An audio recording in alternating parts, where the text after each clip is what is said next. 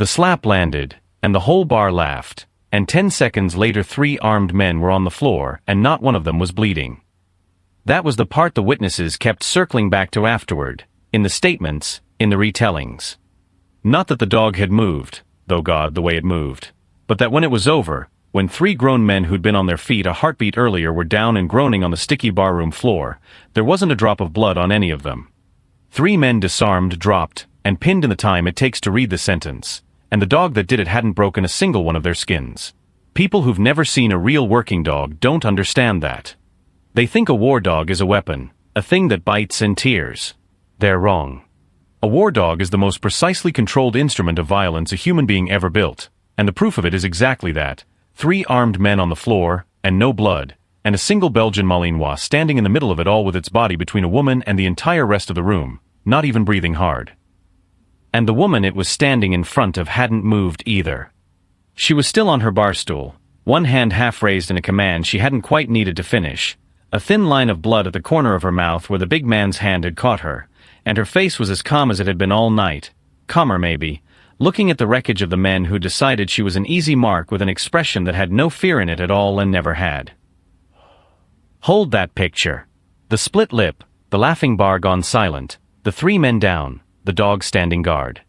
Because I'm going to walk you all the way back to the start of that night and show you exactly how a quiet woman and a dog nobody wanted ended up rearranging a bar full of loud men in 10 seconds. And I'm going to tell you what the loudest one of them said when he finally understood who he put his hand on. Let me tell you who she was first. Master Sergeant Cora Vega was retired, and she had wanted that night exactly one thing, one quiet beer at the end of a long quiet day, at a bar near the base where she'd spent most of her adult life, the kind of place where the walls are covered in unit patches and old photos and the bartender doesn't make you talk. She'd earned the quiet. Cora Vega had nearly 30 years behind her, 2 tours in places that don't make the evening news, and a chest full of things she never wore and never mentioned, and she had come out the far end of all of it the way the real ones do, quiet, economical, unbothered, with a deep flat stillness that read, to people who didn't know what they were looking at, as softness. She was in her 50s now. She was not large. She sat at the end of the bar with her beer and her dog at her feet and asked nothing of anybody, and she was, by every visible measure, the easiest mark in the room. You have to understand the kind of quiet she carried, because it's the thing Doyle misread, and men like Doyle always misread it. There are 2 kinds of quiet in a person. There's the quiet of someone who has nothing in them, who is small and soft and easily moved, and there's the quiet of someone who has been all the way to the bottom of things and come back, who has used up every ounce of their need to prove anything to anybody, who is calm not because they're weak but because there is genuinely nothing left in the world that frightens them. Cora Vega was the second kind. She had stood in places where the quiet woman at the end of the bar had been the last thing standing between her people and the dark, and she had earned, at a price she'd never name, the right to sit in a bar and ask nothing of anyone and give nothing back to a loud man's performance. Her stillness wasn't an absence. It was a sediment layer on layer of survived things, packed down so hard and so deep that a drunk contractor's noise simply could not find any purchase on it. That's what Doyle was looking at when he looked at the easy mark. A woman so far past needing his approval or fearing his disapproval that he might as well have been shouting at a mountain. And mountains, when you finally push them hard enough, do not flinch. They fall on you. Which is exactly why the loud table picked her. They were contractors mostly, a knot of big men 3 or 4 beers past sense, loud in the particular way of men who measure themselves by how much room their voice takes up, and they'd been getting louder all night, and they'd been looking for someone to be loud at. A bar like that, full of quiet veterans who don't rise to noise, doesn't give that kind of man much to work with. And then one of them noticed the small older woman at the end of the bar with the dog at her feet, alone, quiet, easy, and he found his entertainment for the night. His name was Doyle, and he was the biggest of them and the loudest, the engine the rest of the table ran on, and he started the way these men always start, with the dog. Because the dog was an angle. He looked at the lean dark Belgian Malinois lying calm at Cora Vega's feet, and he said, loud enough for the whole bar, "Hey. Hey. They let dogs in here now." And his table laughed, and that was fuel, and he stood up off his stool and ambled down the bar toward her with his beer in his hand and that loose ugly looseness of a big drunk man who has decided to enjoy himself at someone else's expense. "Service dog," he said, looming over her, grinning back at his friends. "That a service dog, sweetheart? You don't look that broken to me." Laughter. "'Cause service dogs are one thing, but if that's just a pet, that's a health code thing, and I don't think the management," he gestured grandly at the bartender, who was watching this with the still flat face of a man who'd seen it before and was already doing his own quiet math. "I don't think the management wants a mutt in here. So maybe you finish up and take Rover home." Cora Vega looked at him. Just looked with that flat steady calm, and said evenly, "He's not bothering anyone." "He's bothering me," Doyle said, and the table laughed again, and you could see him feed on it, swell with it. Because here was the thing about Doyle, he needed the reaction. He was a performer, and a performance needs an audience that gives something back. Fear, anger, fluster, anything. And the woman was giving him nothing. She'd answered him flat and quiet and turned a quarterback toward her beer, and that nothing was a kind of insult to a man like Doyle, a locked door, a thing that needed kicking open just to prove he could. He leaned in closer, dropping his voice into something meaner, the grin going thin. "Service dogs aren't allowed in here, lady," he said. "Neither are washed-up women who can't take a joke. So how about you and the mutt clear out before I have you cleared out?" And down at her feet, the dog opened its eyes. You need to know what that dog was, because Doyle didn't, and that gap, between what Doyle saw and what was actually lying at that woman's feet, is the whole story. His name was Briar, and he was a Belgian Malinois, and the word service dog was true in the narrowest legal sense and a profound understatement in every other. Briar was a retired military working dog. A combat dog. He'd done the work, the real work, the door-kicking, building clearing, finding the thing that kills you work, across the same tours that had filled the chest Cora Vega never talked about, and he'd done it at her side, because Briar had been her dog, her partner, the other half of a team that had walked into rooms that don't make the news and walked back out because the dog went first. They had saved each other more times than either of them could have counted, in the way that only a handler and a working dog ever quite understand, a bond with no English word big enough for it. And when their time was up, when the army was done with both of them, Cora Vega had done the only thing she could ever have done, which was bring him home, because you do not leave the one who went through the door first. There was one night downrange that told you everything about what Briar was, and Cora Vega carried it with her into every room she ever entered afterward, including that bar. It had been a building at the edge of a town that doesn't go in any account you'll read, a place their element had to clear in the dark, and the intelligence said it was empty and the men wanted to believe it because believing it let them breathe.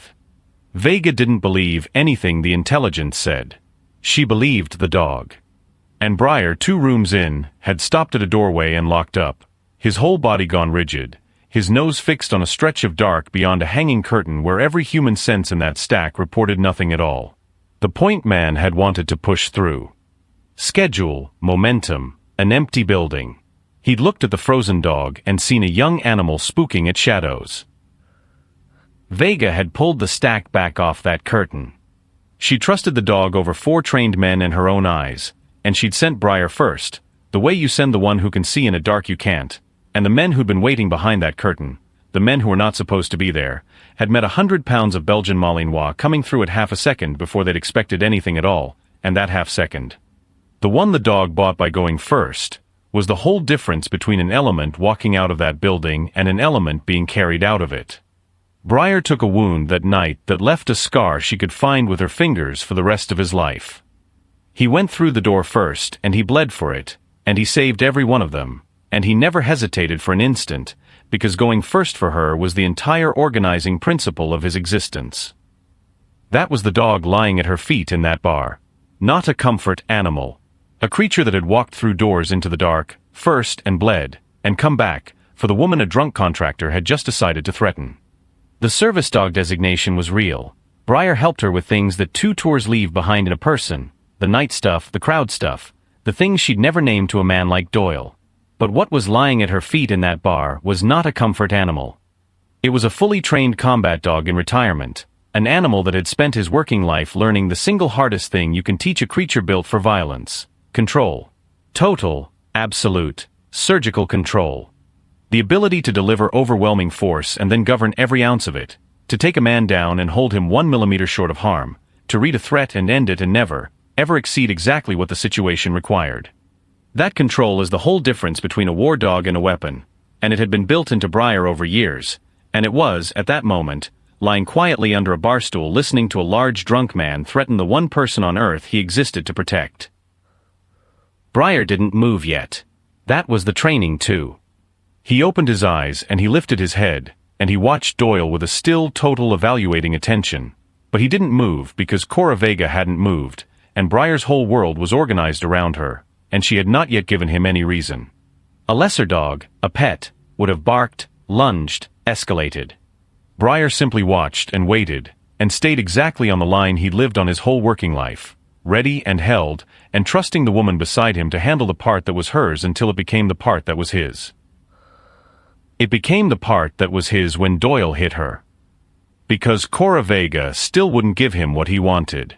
She'd looked up at his threat with that same flat calm and said quietly, "I think you've had enough, and I think you should go back to your friends," and that, the unbothered dismissal, the refusal to be afraid, delivered to a big loud man in front of his whole laughing table, was the thing Doyle could not stand. Some men, when the intimidation fails, when the floor goes out from under the performance, don't get quiet. They reach for the one thing that's never failed them. And Doyle, humiliated by a small calm woman who would not flinch, did the thing that ended his night and most of the next several years of his life. He brought his open hand across her face. The slap landed. Her head turned with it. The bar laughed. That ugly reflexive bark of laughter from the table, the sound of men enjoying a thing they shouldn't. And Briar came off the floor. Here's what 10 seconds looks like, when it's a combat dog and 3 armed men, and you slow it down. Briar took Doyle first, because Doyle was the threat that had just made contact, up and across in a single driving motion, no bark, no warning, none of the noise people expect, because Briar had never been trained to threaten, only to end. He hit Doyle at the chest with the full weight of his body and took the big man backward off his feet, and Doyle, all 200-something pounds of him, went over the bar stool and down onto the floor with a Malinois riding him down, and the dog had his forearm in its jaws before he landed, the hand that had struck Cora Vega, held in that terrible precise grip. Hard enough that the arm could not move, controlled enough that the skin never broke. The second man was already moving, one of Doyle's friends, big and reaching, and the firelight caught the thing at his belt that turned this from a bar fight into the reason none of those men ever pressed charges. He had a knife clearing its sheath.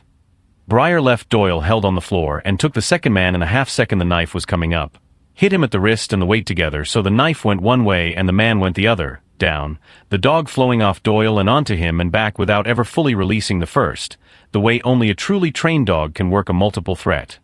A blur of black and tan moving through that bar with a purpose and an economy that had nothing of the frenzy people imagine, and everything of a professional doing a job he'd done 100 times.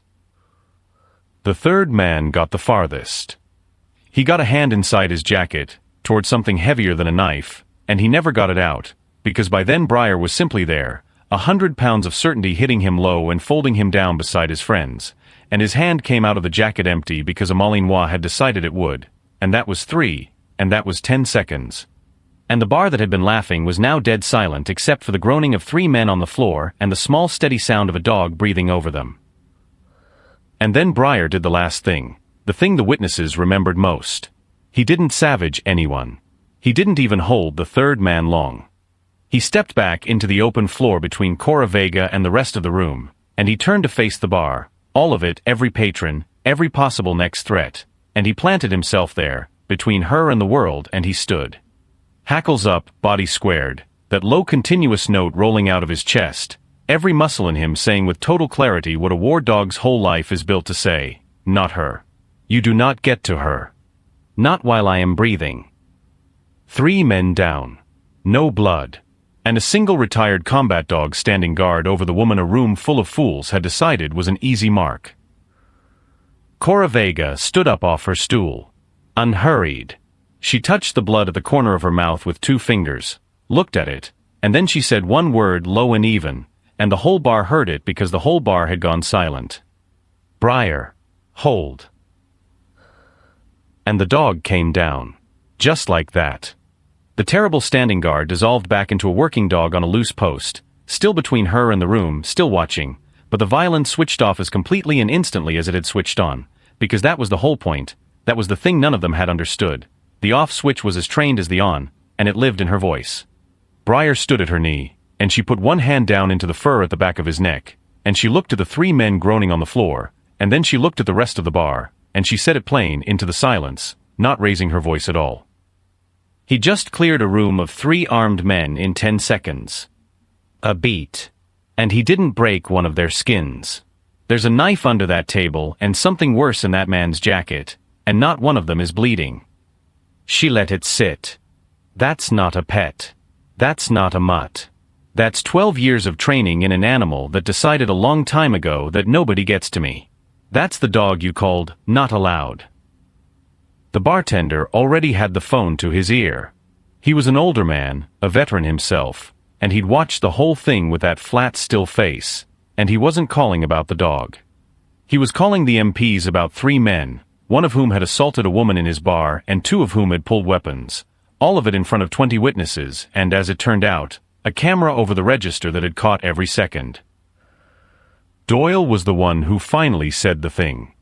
From the floor, his arm cradled where the grip had held it, the swagger entirely gone out of him, looking up at the small calm woman and the dog at her knee with something in his face that had started as anger and curdled, somewhere in those 10 seconds, into pure uncomprehending fear. "What?" he said. "What are you? What are you?" Cora Vega looked down at him for a long moment. And then she reached up and pulled the chain out from under her collar, just far enough that the dog tags caught the bar light, and let him see them, and let him do the math on the rank stamp there and the years it represented, and then she tucked them back away. "Retired," she said. "Both of us." She picked up her unfinished beer, looked at it, set it back down. "You picked the easiest-looking person in the room. That's the job, Doyle. The easiest-looking person in the room is the one who's already got nothing left to prove." She nodded at the dog. "And the quiet animal at her feet is the one who's already done all his proving, too. You couldn't have picked worse if you tried for a year." The bar didn't laugh anymore. That was the thing about the room in those few minutes.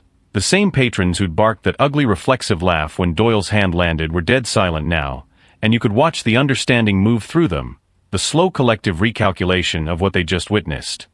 A few of the old veterans at the back, the quiet ones who knew exactly what they'd seen, didn't look surprised at all. One of them, a man who'd done his own time with dogs like that, simply raised his glass an inch toward Cora Vega, a small private salute from someone who understood the whole of it. The younger crowd, the ones who'd half-laughed along with Doyle's table, looked at the floor, looked anywhere but at the small woman they'd been ready to find funny a minute before. Shame is a quiet thing in a room that loud, but it was there, and it was earned, and nobody said a word against the dog now, or the woman, or the way it had ended. Doyle's 2 friends had the sense, even concussed and disarmed, to stay exactly where Briar had left them and not move until the dog's eyes weren't on them, because some animal part of them had finally caught up to what the rest of the bar already knew. The knife sat on the floor under the table where it had skittered. The thing in the third man's jacket, heavier, worse, stayed in the jacket, where a Malinois had decided it would, and got logged into evidence later by men who shook their heads at how close a stupid bar night had come to being a very different kind of report. The MPs came.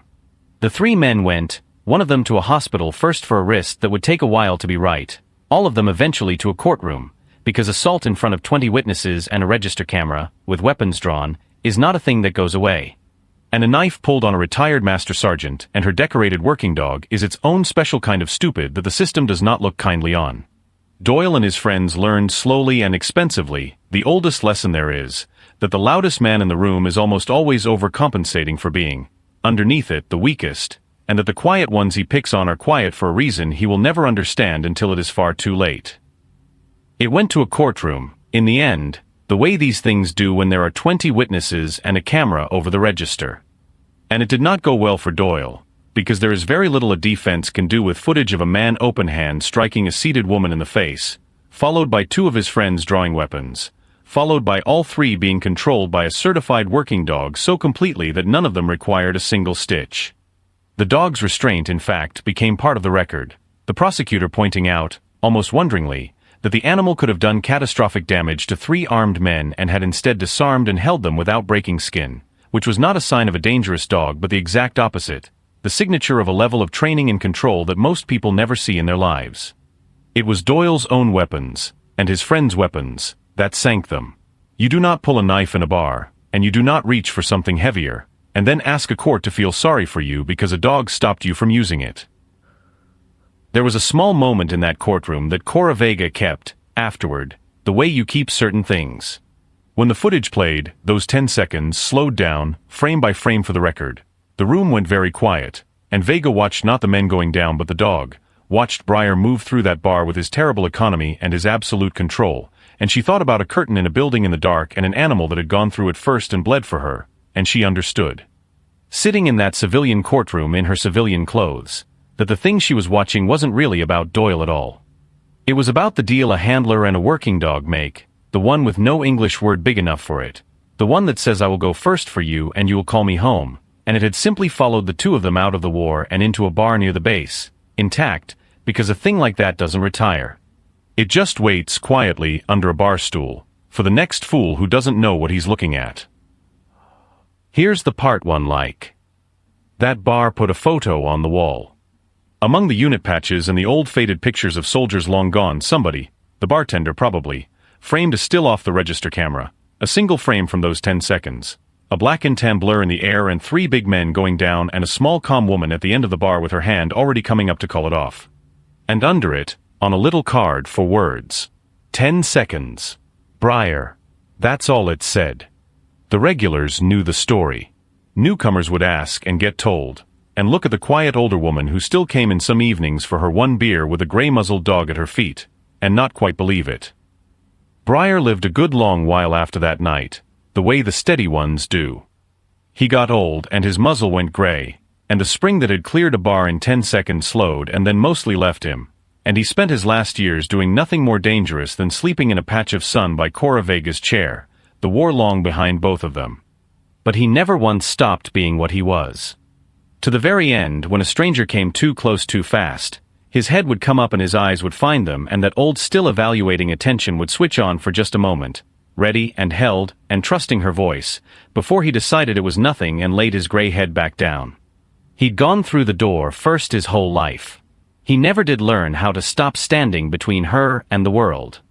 And on his last night she lay down on the floor beside him so he wouldn't be alone, the way he'd never once left her alone, and she kept her hand in the fur at the back of his neck, where she'd put it in a bar a lifetime before to call him home, and she told him quietly that he could stand down now, that she had it from here, that he'd held the line long enough.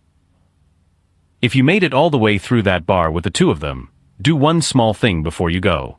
Down in the comments, tell me about the time somebody picked the wrong quiet person, and found out the hard way. I read them. Every one. Because the easiest looking person in the room is exactly who this channel was built for. And if you believe the loudest man is usually the weakest, and that the calm soul he picks on is calm because they've already survived things he can't imagine, then subscribe, and stay close, because next time we'll find another quiet one the world mistook for easy, and we'll watch the world find out. Master Sergeant Cora Vega. And a dog named Breyer, who cleared a room of armed men in 10 seconds and never drew blood, because the difference between a weapon and a war dog is the hand that can call him home, and he'd have walked through any door on earth first for hers. I'll see you in the next one.